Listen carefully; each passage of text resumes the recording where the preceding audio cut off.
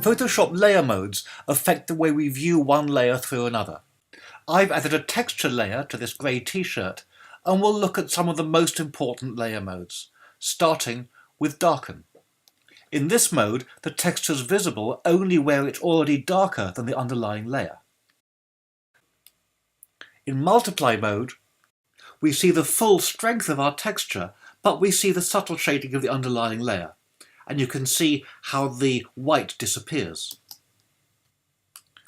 The next batch work in exactly the opposite way. So Lighten means the texture will only show up where it's brighter than the underlying layer. Screen mode is the opposite of Multiply. You can see it lightening up what's underneath, and all the black disappears entirely. Overlay makes the whole texture transparent so we can see the layer beneath it. Soft light is a weaker version of overlay, and hard light is a stronger version of overlay.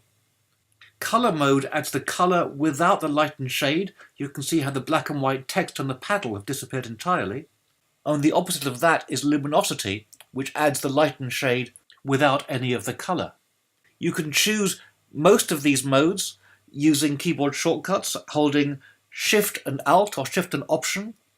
M will give you multiply, H gives you hard light, O gives you overlay, S is for screen, and you can use N to go back to normal.